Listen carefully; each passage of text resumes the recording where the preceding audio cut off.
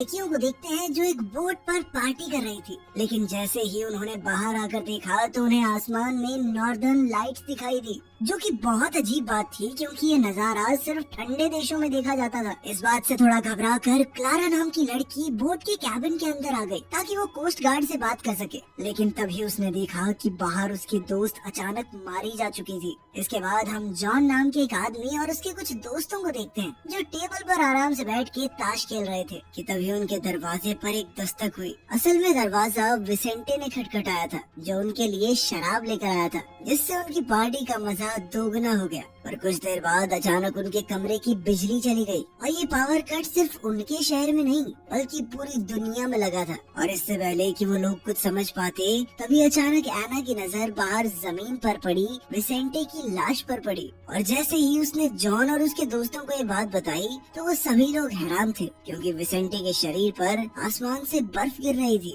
जो उनके शहर के लिए बिल्कुल भी आम बात नहीं थी क्योंकि ये गर्म देश है और गर्मियों का मौसम चल रहा था। और ये नजारा देखने के बाद वो सभी लोग तुरंत ही समझ गए कि ये कोई नॉर्मल बर्फ नहीं थी, और इसलिए एना ने तुरंत ही उस घर के हर एक क्रैक को बंद करने को कहा ताकि वो बर्फ घर के अंदर न आ सके। सभी लोग तुरंत ही इस काम पर लग गए, पर रूसो इसके लिए तैयार नहीं था क्योंकि उस वक्त उसके दिमाग में अपनी बीवी और बच्चों की फिक्र चल रही थी जो घर पर अकेले थे। और इसलिए वो अपने दोस्तों के लाख मना करने के बावजूद भी एक जैकेट से खुद को ढककर घर से बाहर निकल गया। घर के अंदर मौजूद सभी लोग खिड़की से उसे देखते हुए ये प्रार्थना कर रहे थे कि ये बच जाए और पहुंच जाए घर पे। पर कुछ ही सेकंडों बाद रूसो भी विसेंटे की तरह जमीन पर गिर गया। ये देखकर सभी लोग बहुत ज्यादा घबरा गए थे और उन्हें समझ नहीं आ रहा था कि वो लोग वापस अपने घर कैसे जाएंगे।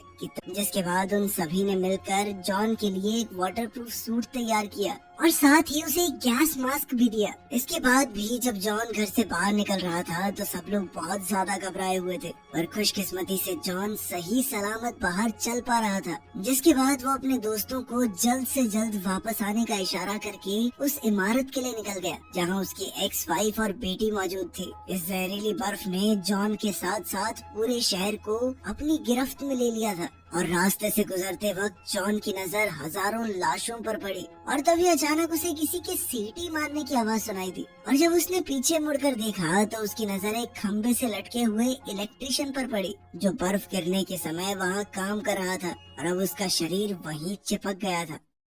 सुबह हो चुकी थी पर बाहर अभी भी लगातार बर्फ पड़ रही थी। सुबह नींद खुलने के बाद एना ने देखा कि उसका पति पूरी रात नहीं सोया था और इसलिए उसने अपने पति के लिए चाय बनाने का फैसला किया। इस दौरान घर में पानी को लेकर बहस छिड़ गई क्योंकि सभी लोगों को डर लग रहा था कि हो सकता है कि पानी के अंदर भी वो जहर मौजूद हो, और साथ ही उनके पास गिनती की ही पानी की बोतल बची थी। अब पानी लाने के लिए उन्हें दुकान पर जाना होगा और इसके लिए उन्हें जॉन का इंतजार करना था। इधर जॉन लगातार आगे बढ़ता जा रहा था, पर तभी उसकी नजर सामने से आ रहे एक और आदमी पर पड़ी। पर जॉन किसी भी तरह का खतरा नहीं उठाना चाहता था और इसीलिए उसने अपना रास्ता बदल दिया। इधर जॉन और एलेना भी अपने दोस्तों को छोड़कर अपनी बेटी को ढूंढने निकल गए, और इसके लिए उन्हें गाड़ी की जरूरत थी और किसी तरह से उन्होंने एक गाड़ी ढूंढ भी ली। पर जैसे ही वो उसके अंदर बैठे तो उनकी नजर वहाँ से गुजर रहे लुटेरों की गाड़ी पर पड़ी, जिनसे बचने के लिए वो लोग तुरंत ही छुप गए। जॉन और एलेना इस बार तो बच गए, पर पूरे शहर में लूटपाट तेजी से बढ़ती जा रही थी।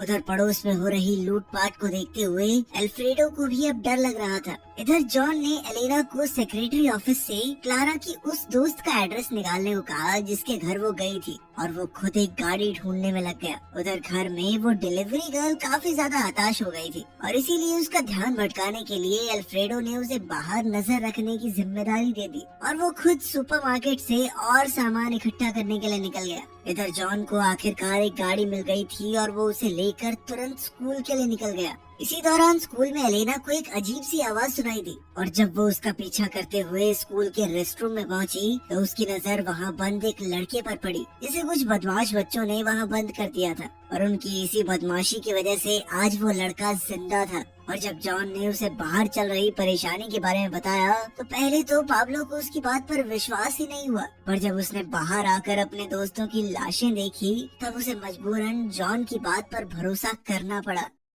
उधर अल्फ्रेडो ये बात समझ गया था कि गैराज में सामान डालने से पहले उन्हें उसकी रखवाली करने का जुगाड़ बनाना पड़ेगा, वरना लुटेरे उसे लूटने में ज्यादा समय नहीं लगाएंगे। और अपने इस प्लान को अंजाम देने के लिए वो लोग एक फायर स्टेशन में सामान इकट्ठा करने पहुंचे, पर वहाँ उनकी मुलाकात बनीतो और उसके कुछ साथियों से हुई। बनीतो ने उन्हें बताया कि उसके पास पूरे शहर को बचाने का प्लान है और इसके लिए अल्फ्रेडो को उनका साथ देते हुए अपने गैराज में कुछ लोगों को आने की इजाजत देनी होगी। उधर जॉन और एलेना अपनी बेटी की दोस्त के घर पहुंच गए थे और असल में पाब्लो ने उन्हें झूठ बोला था और वो उन लोगों को अपने घर ले आया था ताकि वो अपने परिवार से मिल सके। लेकिन बदकिस्मती से तब तक उसका पूरा परिवार खत्म हो चुका था। अल्फ्रेडो ने बड़ी मुश्किलों से छत पर चढ़कर एंटीना को सेट किया, पर जब उसने नीचे आकर मैप पर कंपास का इस्तेमाल करने की कोशिश की तब जाकर उसे समझ आया कि उनमें से कोई भी कंपास काम नहीं कर रहा था। उधर जॉन, एलेना और पाब्लो अभी भी क्लारा को ढूंढ रहे थे कि तभी रास्ते में उनकी नजर एक गाड़ी पर पड़ी। पर जब जॉन ने देखा कि उस गाड़ी के पास एक परिवार था तो उसने उसे लूटने का इरादा बदल दिया। रास्ते में जॉन की नजर एक बार फिर से उस ट्रेन पर पड़ी जो अब पूरी तरह से खाली हो चुकी थी। इसके बाद जॉन, एलेना और पाब्लो को लेकर वापस अल्फ्रेडो के घर पहुंचा। यहाँ उसे पता चला कि उसके सभी साथी शहर छोड़कर आइलैंड पर जाने का प्लान बना रहे थे। साथ ही अल्फ्रेडो का कहना था कि धरती के मैग्नेटिक फील्ड्स खराब हो चुके हैं, जिसका मतलब था कि उन सभी का अंत बहुत नजदीक है और अगर क्लारा की मौत इस जहरीली बर्फ से ही हो गई तो वो ज्यादा खुशकिस्मत होगी। उसकी आवाज सुनकर जॉन बहुत ज्यादा गुस्से में आ गया और उन दोनों के बीच बहस शुरू हो गई। आखिरकार उन्होंने अलग अलग रास्ते चुनने का फैसला किया। उधर एक नौजवान जोड़ा आराम से कुछ हसीन पल बता रहा था कि तभी उस लड़के ने अपनी गाड़ी में तेल भरने का फैसला किया, पर इसी दौरान उसकी नजर एक ऐसी चीज पर पड़ी जिसे देखकर वो दंग रह गया और अगले ही पल उस अनजान चीज ने उन दोनों को खत्म कर दिया। इधर जॉन के सभी साथी उसे छोड़कर जाने के लिए तैयार थे कि तभी एलेना को याद आया कि उनके कूड़ेदान में एक पुरानी फोन डायरी पड़ी हुई थी जिसके जरिए वो क्लारा के दोस्त का एड्रेस निकाल सकते थे। इसी दौरान अल्फ्रेडो मार्केट से कुछ सामान लेने के लिए गया हुआ था और तब उस डिलीवरी वाली लड़की ने बताया कि जॉन एक बार फिर से अपनी बेटी को ढूंढने निकल गया है। तो उसने भी अपने दोस्त का साथ देने का फैसला किया क्योंकि वो और जॉन पिछले 40 साल से दोस्त थे और अल्फ्रेडो इस वक्त उसे अकेला नहीं छोड़ना चाहता था। रास्ते में अल्फ्रेडो ने जॉन को बताया कि वो आइलैंड पर इसलिए जाना चाहता है क्योंकि सिर्फ वो एक जगह बची है जहां वो लोग शायद जिंदा बच सकते हैं, क्योंकि उसके मुताबिक पूरी धरती तबाह होने वाली है। लेकिन तभी उसकी नजर एक बोर्ड के नीचे पड़ी सैकड़ों गाड़ियों पर गई और जैसे ही वो लोग उसके करीब जाने के लिए नीचे उतरे तभी फौज भी वहाँ पहुँच गई और उन्होंने उन दोनों को तुरंत ही वहाँ से निकलने का आदेश दिया। पर वो दोनों इतनी जल्दी हार मानने वाले नहीं थे और उन्होंने फौज की गाड़ियों का पीछा करने का फैसला किया। लेकिन कुछ देर फौज का पीछा करने के बाद उन्होंने देखा कि फौजी अचानक किसी चीज पर गोलियां चला रहे हैं, जिससे बचने के लिए अल्फ्रेडो ने तेजी से गाड़ी को रिवर्स करने की कोशिश की। इस सब के चलते उनकी गाड़ी तक पलट गई। अगले ही सेकंड अजीब से दिखने वाले बड़े बड़े कीड़ों ने फौजियों पर हमला बोल दिया, जिसके बाद अब वो तेजी से जॉन और अल्फ्रेडो की तरफ बढ़ रहे थे। पर किसी तरह वो दोनों बचकर एक सुरक्षित जगह पर पहुंच गए, जिसके बाद अब वो दोनों ये सोचने में लगे हुए थे कि अब वापस कैसे जाया जाए। और तभी उनकी नजर पास में ही मौजूद एक बंदूक पर पड़ी। पर जैसे ही वो लोग उस बंदूक के सहारे आगे बढ़ने लगे तभी उन्होंने एक कीड़े को देखा जो एक इंसान को अपने जाल में लपेटकर घसीट रहा था। और ये देखने के बाद वो दोनों ये बात अच्छे से समझ गए कि उनकी ये बंदूक कुछ खास काम नहीं आने वाली। पर इसके बावजूद भी जॉन ने उस कीड़े पर गोलियां चलाई, जिसके बाद अचानक सैकड़ों कीड़े वहाँ पर आने लग गए। और जब जॉन और अल्फ्रेडो उनसे बचने के लिए भाग रहे थे तभी उनकी मुलाकात दो अनजान आदमियों से हुई जो उन दोनों को उन कीड़ों से बचाते हुए एक चर्च में ले गए। और जल्द ही वो कीड़े उनका पीछा करते हुए वहाँ भी पहुँच गए। उन दोनों अनजान आदमियों ने अपने मास्क उतारते हुए अपना परिचय कोहिरो और मिकी के तौर पर दिया और इसके बाद वो दोनों जॉन और अल्फ्रेडो को अपने कैंप में ले गए जहाँ कुछ और लोग भी मौजूद थे। उस ग्रुप की लीडर एक औरत थी जिसने खिड़की से उन दोनों को आसमान से गिर रहे मीटियोर्स दिखाए और उनके मुताबिक यही मीटियोर्स उन कीड़ों को धरती पर ला रहे थे। और जैसे ही अल्फ्रेडो को एहसास हुआ कि एक एलियन हमला है वो तुरंत ही अपनी बीवी के पास वापस जाने की बात करने लग गया। पर उस औरत ने किसी तरह से अल्फ्रेडो को दरवाजा खोलने से रोक दिया। उस रात उनमें से किसी को भी नींद नहीं आई और अब जॉन को लग रहा था कि वो अपनी बेटी से फिर कभी नहीं मिल पाएगा। कुछ देर बाद जब वो बाहर निकला तो उसकी नजर बाहर खड़े हजारों कीड़ों पर पड़ी, जिसके बाद वो समझ गया कि वो लोग ज्यादा देर तक यहाँ नहीं रुक सकते और इसीलिए उन्होंने किसी और जगह जाने का फैसला किया। सभी लोगों ने इसके लिए तैयारी की पर एक बूढ़े आदमी ने वहीं रुककर अपनी बीवी के साथ रहने का फैसला किया। कुछ देर बाद वो सभी लोग रात के अंधेरे में छुपते हुए चर्च से बाहर निकले और फिर उल्टी पड़ी हुई बस में घुस गए। इसी दौरान कुछ आदमी एक दीवार में सुरंग बनाने की कोशिश कर रहे थे जिसके जरिए वो दूसरी तरफ पहुंच सके, पर तभी बस में एक बच्ची रोने लग गई और उसकी आवाज ने कीड़ों का ध्यान अपनी तरफ खींच लिया। लेकिन इससे पहले कि वो बस पर हमला कर पाते तभी उस बूढ़े ने चर्च का घंटा बजाकर उनका ध्यान भटका दिया। इधर जॉन और उसके साथी सुरंग के जरिए आगे बढ़ रहे थे। फिर बाद जब वो लोग नदी के पास पहुंचे तो उनका आइलैंड पर जाने का सपना चूर चूर हो गया, क्योंकि तब तक नदी का सारा पानी सूख गया था और अब उन्हें एक नई जगह का इंतजाम करना था। कुछ देर बाद वो लोग एक शॉपिंग मॉल में पहुंचे जहां जॉन और अल्फ्रेडो की मुलाकात अपने चर्च वाले साथियों से हुई और उन्होंने उन सब को साथ चलने का आमंत्रण दिया। पर जब सभी लोग काफी समय बाद आराम कर रहे थे तभी अचानक क्लारा को एक दौरा पड़ा जो उसे आज से पहले कभी नहीं पड़ा था और सभी का मानना था कि ये उसके सर पर लगी चोट की वजह से हुआ था। उधर अल्फ्रेडो को क्लारा के उसकी बोट पर जाने के पक्के सबूत भी मिल गए, लेकिन क्लारा को कुछ भी याद नहीं था।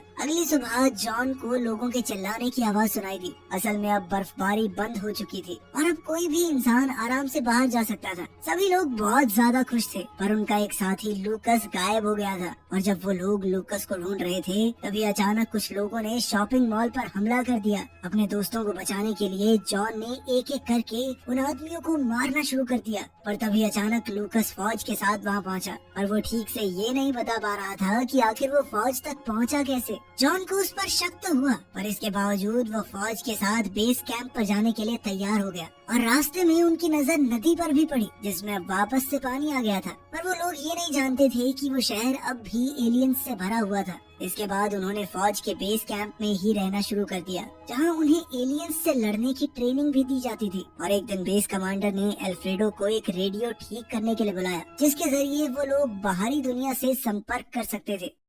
काफी समय बीतने के बाद भी जॉन उस औरत के बारे में सोच रहा था जिसने शॉपिंग मॉल पर हमला किया था, क्योंकि वो एक बार पहले भी उस औरत से मिल चुका था। वो एक अच्छी इंसान थी जो अपने होशो हवास में कभी ऐसे लोगों पर गोलियां नहीं चलाएगी। हर रोज बेस कैंप पर नए लोगों को लाया जाता था और एक दिन ऐसे ही अल्फ्रेडो की नजर अपने पुराने पड़ोसी रॉबर्टो पर पड़ी। पर जैसे ही वो उससे बात करने के लिए गया तो रॉबर्टो ने बड़ा ही अजीब बर्ताव किया। इधर जॉन का कहना था कि उन्हें उस कैंप से निकलकर वापस आइलैंड पर जाने के प्लान पर काम करना चाहिए, लेकिन बाकी सभी लोग उसकी बात से सहमत नहीं थे। उसी रात जॉन से मिलने के लिए दो अनजान लोग आए और उन्होंने जॉन के सामने एक साथ बेस कैंप से भागने का प्रस्ताव रखा और इसके लिए वो लोग एक लोकल ट्रेन को हाईजैक करने वाले थे। लेकिन कुछ भी करने से पहले जॉन को सबसे पहले अल्फ्रेडो को इसके लिए मनाना था। अगली सुबह वो सभी लोग प्लान के मुताबिक बेस कैंप से बाहर निकले और फिर एक लोकल ट्रेन को ट्रैक पर चढ़ाकर बेस कैंप से दूर निकल गए। सभी लोग बहुत ज्यादा खुश थे, पर उन्हें अपना आखिरी रास्ता पैदल ही पार करना था, क्योंकि किसी ने शहर के रेलवे ट्रैक्स को तबाह कर दिया था।